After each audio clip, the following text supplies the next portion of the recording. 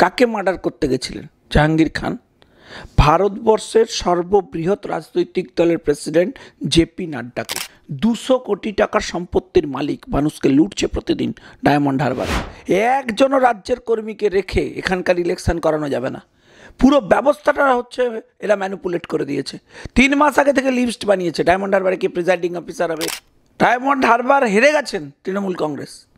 তৃণমূলের তো অ্যাকচুয়াল জিতেছে 70,000 ভোটে, বাকি তো 3 লাখ ভোট লোটা। এবারে লোটার প্ল্যানিং নেন, আপনার লোটার মডেল ডায়মন্ড হারবার মডেল, তাহলে আমরা রোখার মডেল আছে, মানিকতলা মডেল। নির্বাচন হবে না, বন্ধ থাকবে। Election commission free and fair ইলেকশনের পরিবেশ দিতে না পারে, তাহলে আমরা ব্যাটারটা নিয়ে আইন আদালত করব। পুলিশ ছেড়ে একটা নির্বাচনও জিততে পারবে না তৃণমূল।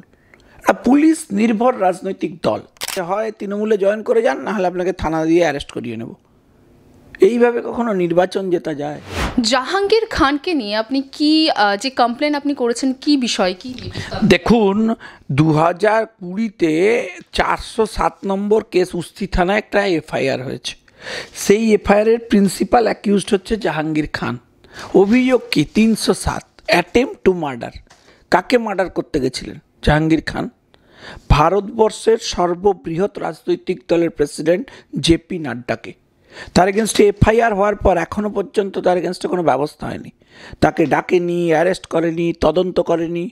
200 কোটি টাকার সম্পত্তির মালিক মানুষকে লুটছে প্রতিদিন ডায়মন্ড হারবারে। অথচ পুলিশ তাকে প্রোটেকশন দিয়ে রেখেছে ওয়াই ক্যাটাগরির। রাজ্য পুলিশ তাকে পাহারা দিয়ে ঘুরে বেড়ায়, এলাকায় সে গুন্ডামো করে বেড়ায়। এই সমস্ত মালকে রেখে ডায়মন্ড হারবারে free and fair election possible? অবিলম্বে একে গ্রেপ্তার করতে হবে। তারপরে তো ডায়মন্ড হারবারে ব্যবস্থা করতে হবে যাতে ইলেকশন ফ্রি অ্যান্ড ফেয়ার হয়। গতকাল থেকে ওর নির্দেশে ফলতা থানার ওসি প্রায় 17 জন বিজেপি কর্মী ইনক্লুডিং মন্ডল প্রেসিডেন্ট তাদের নামে 41-এর নোটিশ করে দিয়েছে।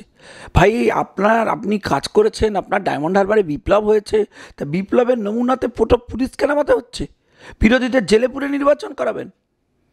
এটা ইলেকশন হচ্ছে ওখানে? আমরা ইলেকশন কমিশনের কাছে যাচ্ছি, আমরা স্পেসিফিক্যালি কমিউনিকেট করব, একজনও রাজ্যের কর্মীকে রেখে এখানকার ইলেকশন করানো যাবে না।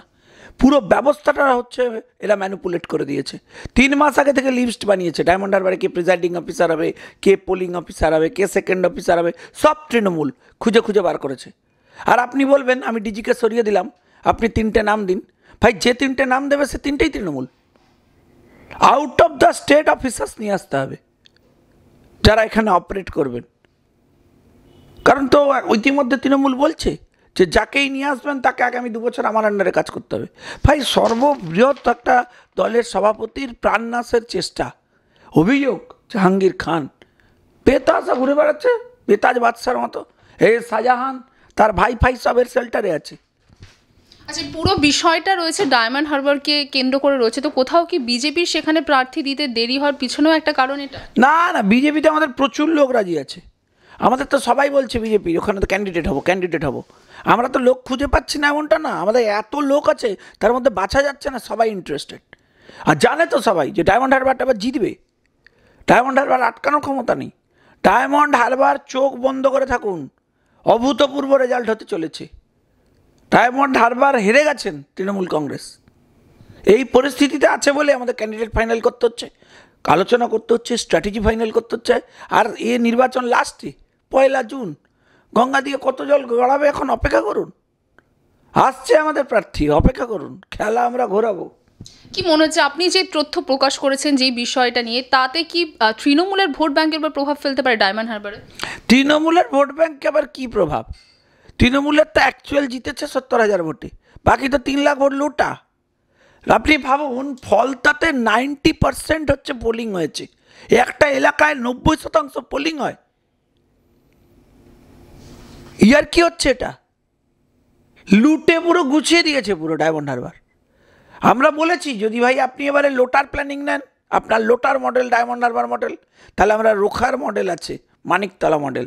নির্বাচন হবে না, বন্ধ থাকবেন, এমপি হওয়া হবে না, ঘুরে বেড়াবেন। যেমন ওখানে এখনও ইলেকশন করাতে পারছে না।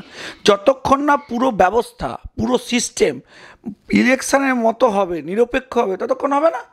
কি মনে হচ্ছে কতদিন সময় লাগবে? কারণ এমনিতে তো লোকসভা ইলেকশন সামনে চলে এসেছে, সব দলে দলে প্রচার শুরু হয়ে গেছে, প্রার্থীদেরও প্রচার শুরু হয়েছে।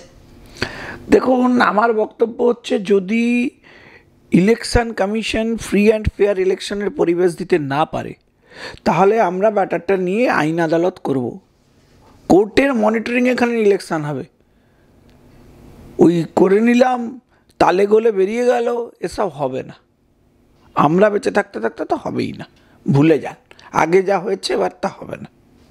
রাজনৈতিক মহলে একটা গুঞ্জন উঠছে যে সিপিএম এর সঙ্গে নওশাদ সিদ্দিকী জোট হতে পারে এবং সেখান থেকে নওশাদ সিদ্দিকী দাঁড়াতে পারে। তো নওশাদ সিদ্দিকী যদি সেখানে দাঁড়ায়, কি মনে হয় সেই তৃণমূলের ভোট ব্যাংকের উপর কি কোনো প্রভাব ফেলতে পারে? দেখুন, এরা নওশাদ ডায়লগ দিয়ে বললো আমি দাঁড়াবো, তো দাঁড়াবি তো দাঁড়া, বুকের পাটা নেই আমি দাঁড়াবো, এসব গাল গল্প দিয়ে লাভ আছে? ক্ষমতা থাকলে দাঁড়িয়ে দেখা।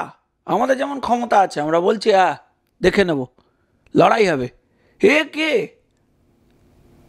এর ক্ষমতা নেই, ক্ষমতা থাকলে এতক্ষণে দাঁড়িয়ে যেত। আমরা তো অপেক্ষা করছি, ময়দানে দেখা হবে। বিজেপির ভোটে কি প্রভাব ফেলতে পারে এই বিষয়গুলো যদি নওশাদ সিদ্দিকী দাঁড়িয়েও যায়? একদিকে অভিষেক বন্দ্যোপাধ্যায়, তার মাঝে আপনি এই সমস্ত তথ্য প্রকাশ করেছেন, কি মানে বিজেপির ভোট ব্যাংকে কি প্রভাব ফেলতে পারে? ভোট ব্যাংকের কোনো গল্প নেই। ভারতীয় জনতা পার্টি ডায়মন্ড হারবারে জিতছে, এবারে জিতবেই। এবারে পরিস্থিতি তৈরি হয়ে গেছে, মানুষ সিদ্ধান্ত নিয়ে নিয়েছে। গণতান্ত্রিক প্রক্রিয়ায় যদি নির্বাচন হয়, মানুষ যদি ভোট দিতে পারে, ডায়মন্ড হারবারে এই সমস্ত জাহাঙ্গীর যদি ইলেকশনিং ব্যবস্থার মধ্যে পার্টিসিপেট না করতে পারে, তাহলে ডায়মন্ড হারবার চোখ বন্ধ করে বিজেপি জিতবে। কিছু করার নেই। যদি না লুটে নেয়, পুলিশটা যদি 2 ঘন্টার জন্য বসে যায়, পুলিশ ছেড়ে একটা নির্বাচনে জিততে পারবে না তৃণমূল। পুলিশ নির্ভর রাজনৈতিক দল। আচ্ছা, একটা অন্য প্রশ্ন করব আমি, যে অতীশী মারলেনা তিনি বলেছেন যে বিজেপি থেকে তাকে পার্সোনালি বলেছিল বিজেপিতে যোগদান করতেন এবং বলেছিল যদি তিনি যোগদান না করে তাহলে তাকে জেলে ভরে নেবে, এবং সেই বিষয়টি তিনি বলেছেন যে 1 মাসের মধ্যে তাকে এবং আরও 4 জন নেতাকে আপ থেকে জেলে ভরে নেবে বা ইডি সিবিআই এর তদন্তের আধারে আসবেন উনি। দেখুন, এটা দিল্লিতে উনি কি হয়েছে আমি বলতে পারবো না, কিন্তু ডায়মন্ড হারবারে যাদেরকে নোটিশ পাঠাচ্ছে হচ্ছে থানা, তার 1 ঘন্টার মধ্যে ওদের একটা সংস্থা আছে, সে চলে যাচ্ছে। সে আইপ্যাক গিয়ে বলছে, কি বলছে যে হয় তৃণমূলে জয়েন করে যান, না হলে আপনাকে থানা দিয়ে অ্যারেস্ট করিয়ে নেব। এইভাবে কখনো নির্বাচন জেতা যায়? মানুষ কল নিলে এসব সংস্থা সব উড়ে যাবে হাওয়ায়। এরা এখানে সরকার আছে, পুলিশ আছে বলে সব করছে। যে সমস্ত স্টেটে এদের পুলিশ নেই, সরকার নেই, সে সমস্ত স্টেটে আইপ্যাক পারফর্ম করতে পারে না কেন? লাটে উঠে যায় কেন? ফলে চাপ নেবেন না, খেলা শুরু হয়েছে, তোরা তো খেলতে চায়, আমরা খেলাও দেখাবো। আচ্ছা, একটা শেষ প্রশ্ন করবো যে তাহলে কতদিনের মাথায় বিজেপির তরফ থেকে ডায়মন্ড হারবারের প্রার্থীর নাম ঘোষণা হতে পারে? এখনো এইসব তো আমি তো দলের ক্ষুদ্র কর্মী, আমি এসব ব্যাপারে পলিসি ডিসিশনে বলতে পারবো না। পলিসি ডিসিশন তো পার্টি তো রেডি, পার্টি স্ট্র্যাটেজিক কোনো নিশ্চয়ই পলিসি আছে, ঠিক সময় ঘোষণা করে দেবে।